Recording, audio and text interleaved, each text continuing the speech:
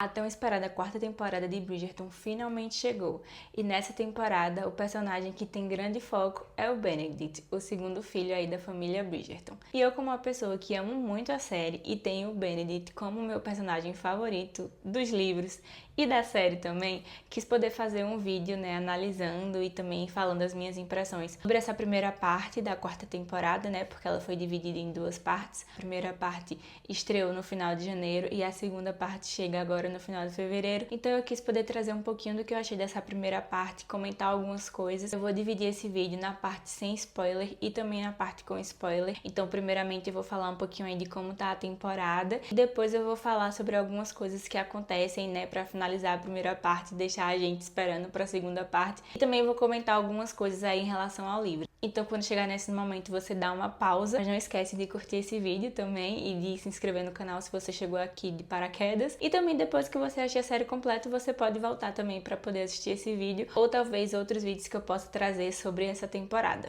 Oi gente, eu sou Joane, sou uma jornalista apaixonada por cinema, cultura, filmes e séries. E esse perfil aqui é, na verdade, um perfil do podcast do Comporta na Tela. Eu faço episódios aí analisando filmes e séries com um viés um pouco comportamental, mas também estou me aventurando fazendo outros vídeos, também continuando nessa ideia de falar sobre cinema e desse mundo todo aí de cultura pop e entretenimento. E como vocês puderam ver, eu vim falar um pouquinho aqui do que eu achei dessa primeira parte da quarta temporada de Bridgerton. Como eu falei, também é uma série que eu amo muito.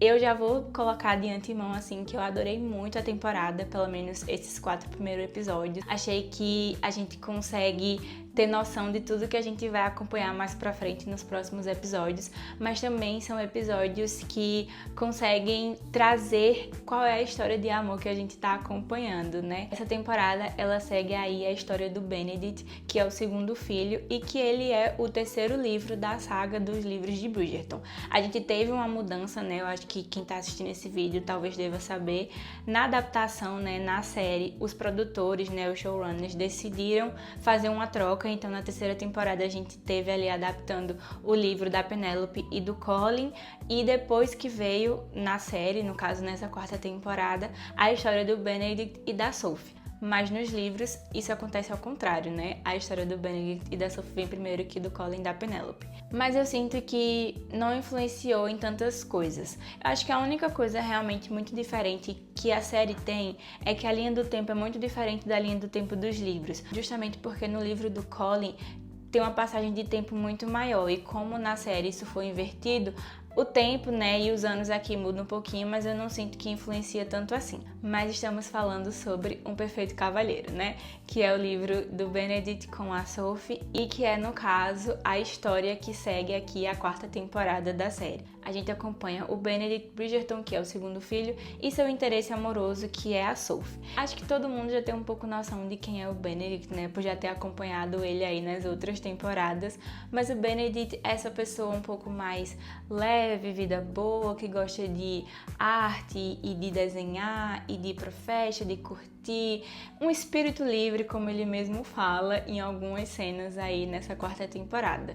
E ele gosta muito realmente de descobrir as coisas novas da vida. A gente também teve aqui na série um pouco de uma mudança, na questão da sexualidade mesmo do Benedict. Então no livro a gente não tem isso, na série a gente tem. Pôde ver um Benedict um pouco diferente, Eles exploraram outras questões ali em relação ao personagem, mas tudo aí na vida dele vai mudar quando ele conhecer uma bela moça no baile de máscaras que a mãe dele dá, que é o primeiro baile ali da temporada. O Benedict então vai conhecer essa moça super misteriosa lá no baile de máscara da mãe dele e vai sentir uma conexão, assim, uma coisa muito forte logo ao bater os olhos nela. Eles vão ter ali um momento muito íntimo, porque eles saem da parte da festa, do baile, para poder conversar e para poder dançar também em um jardim, e depois daí a vida do Benedict muda completamente. Mas pra gente que tá assistindo, e eu acho que isso foi uma coisa muito legal, eu tava comentando até com as minhas amigas, porque no primeiro episódio, logo ali quando a história vai começar e que tem o baile de máscaras, a gente já vê a Dama de Prateado chegando lá na festa, mas quem tá assistindo meio que não sabe quem é ela ainda, né? Vai descobrir depois. E aí, né, quando vai seguindo ali os episódios, a gente descobre que a Dama de Prateado e a Sophie, que é o interesse amoroso do Benedict, são a mesma pessoa. E aqui essa história é uma grande inspiração de Cinderela, porque o Benedict é esse cara da alta sociedade, vem de uma família super conhecida e com posses e com títulos e tudo mais. E o interesse amoroso dele, a Sophie, ela é uma criada. Não só isso, né? Ela é uma bastarda e ela é uma criada. Então a gente vai acompanhar na série, e na verdade já é algo que vem dos livros, né? Que a Julia Quinn fez de diferente, né? Assim, a história que ela decide contar é aí sobre um relacionamento impossível, né? Que é um relacionamento com pessoas de classes sociais diferentes. E é algo que é muito positivo para essa temporada, principalmente depois da gente ter vindo ali de 2 temporadas, vamos se dizer assim, onde as coisas não estavam tão agradáveis. É algo, pelo menos, que eu falo como opinião, mas que também dá para se perceber pelos comentários e pelas críticas e pelo que as pessoas que assistem e acompanham Bridgerton falam. A segunda e a terceira temporada deu uma decaída ali, né, em comparação à primeira, por exemplo, e o que eu sinto, né, pelo menos nesse início da quarta temporada, é que a série dá uma elevada aí, eu acho que principalmente por conta desse debate, né, dessa grande questão que é o relacionamento do Benedict e da Sophie, que é um relacionamento, né, que envolve aí a questão de classes. E é justamente isso que deixa a temporada e os episódios tão interessantes. Acho que não só isso, né, isso é uma das coisas, mas a principal coisa, né, o grande ponto forte, pelo menos eu acho, e muitas pessoas também comentaram isso, são as atuações, né, os protagonistas do Luke e da Erin Ha, que fazem aí Benedict e Sophie. A química deles é algo assim realmente avassaladora. Eles passam muito bem quem são os personagens, né? Óbvio, a gente já tem muita conexão ali com o Benedict, né? Quem já assiste a série, quem já, né, viu todas as temporadas, mas a Erin Ha também, que chega aí como Sophie, já entrega uma personagem muito instigante de acompanhar e que vai passando todas as facetas e quem é exatamente a Sophie, né? Que a gente vai descobrindo no decorrer dos episódios, mas que mesmo no primeiro episódio ela já cativa a gente, e quando eles estão juntos também, né, Benedict e Sophie, é uma coisa de outro mundo assim mesmo. Eles conseguem trazer o ponto principal aí do relacionamento deles no primeiro encontro, pelo menos, desse grande amor à primeira vista, né, no caso do Benedict com a Dama de Prateado, mas que vai se desenrolando quando o Benedict conhece ela como Sophie, né, não como Dama de Prateado, e essa química permanece igual porque, né, é a mesma atriz, mas assim, mesmo nesses momentos diferentes, né, nessas cenas diferentes de Benedict e Dama de Prateado e Benedict e Sophie, a química tá lá, a conexão dos personagens está lá, e eu acho que isso também é o que realmente já deixa os episódios assim de uma forma muito leve e gostosa de assistir. E aí uma última coisa que eu vou comentar antes de ir para a parte com spoilers, que também sinto que foi um ponto muito positivo para essa temporada e principalmente, né, nesses primeiros episódios, porque é o que a gente pode falar, pelo menos, né, dessa parte inicial, é de que eles diminuíram muito a atenção, né, ou o tempo de tela na real dos personagens e das histórias paralelas, porque também era uma crítica que eu pensei e fiz assim de modo particular, né, com amigas e tal, não necessariamente comentei sobre isso na internet, mas outras pessoas também comentaram, né, tanto críticas especializadas quanto também telespectadores mesmo da série, de que na segunda e na terceira temporada a gente tinha muitas histórias acontecendo paralelo ali ao casal principal. Isso meio que fazia a temporada perder a força e perder o encanto também, porque a gente tá ali para acompanhar a história do personagem principal, né? E no caso do casal principal, já que a gente acompanha aqui nessa série um casal a cada temporada, né? E aqui, pelo menos nesses primeiros episódios, a gente vê que eles conseguiram não digo nem equilibrar, eu acho que eles conseguiram realmente dar mais destaque pro casal, que é a parte principal, né, da série, dos episódios, da história, e continuar deixando assim também os outros personagens terem seus momentos e também essas outras histórias que vão acontecendo. Porque Bridgerton como série, né, diferenciando dos livros, ela não é só apenas acompanhar o casal principal, né, aquela história de romance, mas também acompanhar a sociedade londrina daquele período. A série também veio com essa proposta de poder mostrar outras histórias acontecendo ao mesmo tempo que o casal principal, né, que é a história principal. Mas aí ela foi se perdendo em alguns momentos de deixar essas histórias paralelas tomarem muito mais tempo do que a história principal. Mas aqui na quarta temporada isso muda e eu acho que é o que faz também a temporada estar muito melhor de se assistir. E agora partindo para a parte de spoilers, né, que eu vou comentar um pouco mais das cenas específicas aí desses primeiros episódios e também comentar um pouco, né, do paralelo dessas cenas com o livro. Eu li o livro há um tempo atrás e aproveitei que ia sair a temporada para reler ele, então eu fui até assistir os episódios com a memória bem fresca, assim, das coisas que acontecem no livro, no caso da história do livro, pelo menos. Claro, fui também tentando, assim, ficar um pouco mais tranquila, porque eu sei que para uma série ou para um filme, qualquer adaptação que seja, não dá para você colocar todas as cenas ou colocar tão especificadamente as coisas que acontecem no livro, mas eu sinto que realmente eles cumpriram o que disseram quando essa temporada era uma das mais fiéis. Porque assistindo esses 4 episódios, dá pra realmente ver que eles tiveram muito cuidado em criar a história de Benedict e Sophie e de trazer cenas tão importantes e que são realmente chaves, assim, ponto-chave da história deles. Em específico ali, né, a cena principal ou inicial, que é quando eles se conhecem no baile, né, no baile de máscaras. E eu já tinha comentado em algum outro vídeo que eu fiz, mas não foi aqui pro YouTube. Fiz um vlog relendo o livro e eu comentei que com o trailer que tinha saído, né, da série, já mostrava um pouquinho ali da cena deles no baile e realmente já dava pra ver que tinha riqueza de detalhes na cena que fazem parte do livro, né, de falas e realmente da descrição que tem no livro, né, daquele ambiente, daquela atmosfera, e parece que assim a cena foi tirada do livro para colocar na série. Eu pelo menos percebi muito isso, não só nessa cena, como também em algumas outras, como por exemplo a cena quando eles estão no campo já, né, que o Benedict e a Sophie se reencontram, no caso ali realmente ela como Sophie e o Benedict, né, mas ele não reconhece ela, obviamente, porque ele só tem essa visão da Dama de Prateado e a Sophie para ele naquele momento é uma pessoa desconhecida que ele conhece naquele momento.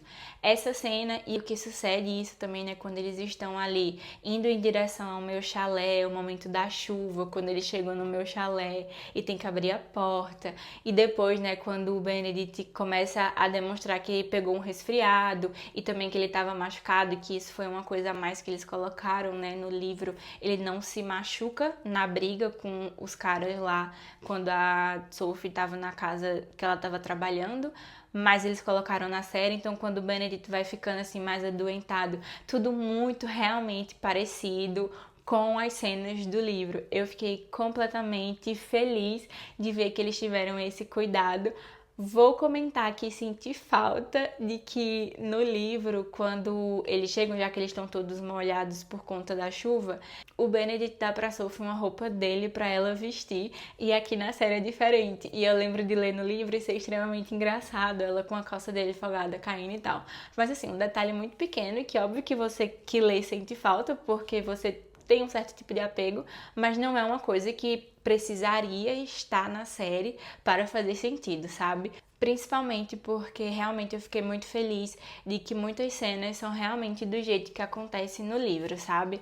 Tem coisas que eles mudam, sim, e aí a gente tem que ir aprendendo a lidar, que é uma adaptação e que não dá pra ficar realmente tudo igual, como por exemplo a cena do lago, né, que é quando eles têm o primeiro beijo, e no livro é nesse momento que o Benedict pede pra Sophie ser a amante dele. E na série isso muda, o que eu achei que, assim, fez sentido pra história, porque eles precisavam ali finalizar a primeira parte, né, terminar o quarto episódio e ter meio que um gancho mesmo, assim, sabe? Uma coisa impactante para pausar e esperar chegar a segunda parte. Então eles escolhem esse momento, né, que é importante para a história, não teria como eles mudarem, né, e não ter esse momento dele pedindo para Sophie ser amante dele, porque é algo que faz parte da narrativa, né, e da história que precisa acontecer, não é algo que dá para tirar.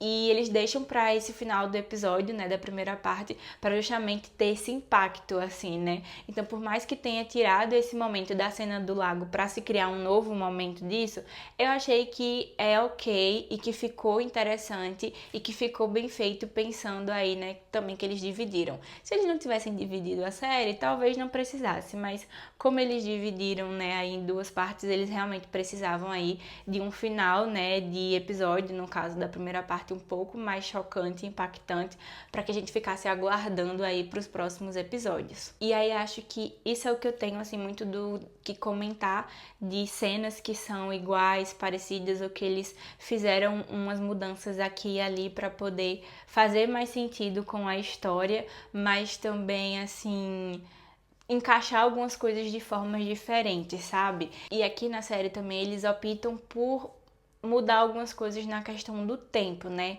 Então dá pra perceber, obviamente, na série, de que o momento que termina o baile de máscara e que o Benedict fica procurando pela Dama de Prateado e a Sophie é demitida da casa da Araminta e vai pro campo e eles se reencontram. Na série isso acontece de forma mais rápida e mais condensada. Então, assim, tem realmente um ritmo mais acelerado ali. Acho que muito para poder, assim, realmente fazer com que a história acontecesse um pouquinho mais rápido.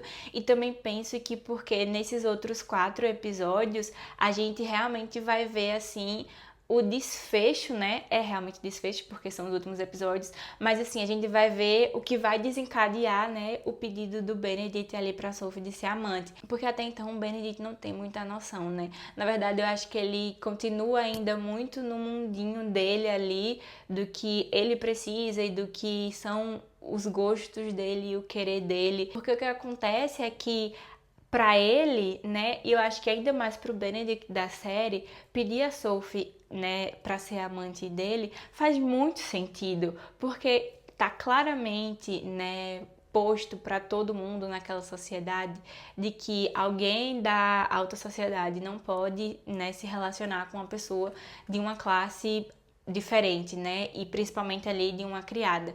Então, assim, tá nítido de que isso não pode acontecer, mas ele gosta muito, ele tem um sentimento e um desejo extremamente grande e quer estar com a Sophie. Então, a solução, vou pedir ela para ser minha amante. E aqui na série eles constroem isso de uma forma até um pouco mais intensa, porque a gente vai vendo ali outras coisas acontecendo ao redor do Benedict para dizer para ele de que essa é a solução, é você pedir ela para ser sua amante, né? Como um dos caras que aparece ali, né, em alguns dos eventos que o Benedict participa, e que diz, né, que ele tem um amante e tudo mais. Então a série até constrói isso.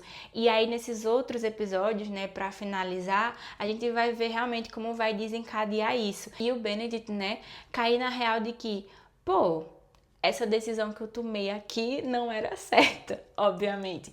E como é que eu fui pensar nisso, né? Porque eu não pensei de outra forma. Tudo bem também que o Benedict não tem total noção de todo o passado da Sophie. Eu sinto que no livro, até esse momento, quando o Benedict pede pra Sophie ser amante, ele já tem meio que umas ideias de tipo, ela é tão diferente, ela é uma criada, mas ela, assim, é mais inteligente, né? Ela tem comportamentos que não necessariamente seriam de uma pessoa que é criada por conta de estudo ou o que seja.